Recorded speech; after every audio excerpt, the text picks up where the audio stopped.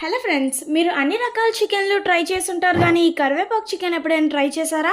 లేదంటే ఈ video last వరకు చూసేయండి. ముందుగా ఒక ఫ్రై పాన్ లో ఆయిల్ హీట్ అయిన తర్వాత కరివేపాకు వేసుకొని ఇక్కడ చూపిస్తున్న విధంగా ఫ్రై చేసుకొని ఒక ప్లేట్ లోకి వేసుకొని చల్లగా అయ్యేటట్టు పరుచుకోవాలి. మళ్ళీ అదే పాన్ లో ఆయిల్ హీట్ అయిన తర్వాత నైస్ గా కట్ చేసుకున్న ఆనియన్స్ వేసుకొని లైట్ గోల్డెన్ కలర్ వచ్చేంత వరకు ఫ్రై చేసుకోవాలి. ఇలా ఫ్రై అయిన తర్వాత కొంచెం పసుపు, జింజర్ గార్లిక్ పేస్ట్ వేసుకొని ఫ్రై చేయాలి. జింజర్ గార్లిక్ పేస్ట్ ఫ్రై అయిన తర్వాత కడిగి పెట్టుకున్న చికెన్ కొంచెం సాల్ట్ వేసుకొని బాగా కలిపి మూత పెట్టి ఒక 10 minutes పాటు ఉడకనివ్వాలి. ఇప్పుడు మనం ఫ్రై చేసుకున్న కరివేపాకుని ఇక్కడ చూపిస్తున్న విధంగా పౌడర్ చేసి పక్కన పెట్టుకోవాలి. చికెన్ అంతా 80 to 90% ఉడికిన తర్వాత ధనియా పొడి 1 tablespoon, జీలకర్ర పొడి 1 tablespoon, కారం 1 tablespoon, కొంచెం కసూరి మేతి, చీల్చిన పచ్చిమిర్చి, కరివేపాకు, మనం పౌడర్ చేసుకున్న కరివేపాకు వేసుకొని ఈ విధంగా బాగా ఫ్రై చేసుకోవాలి. ఇంకా బాగా ఫ్రై అయిన తర్వాత పైనుంచి కొద్దిగా కొత్తిమీర వేసుకుంటే గుమగుమలాడే కరివేపాకు చికెన్ రెడీ. ఇలాంటి మరిన్ని వీడియోస్ కోసం ప్లీజ్ ఫాలో మీ.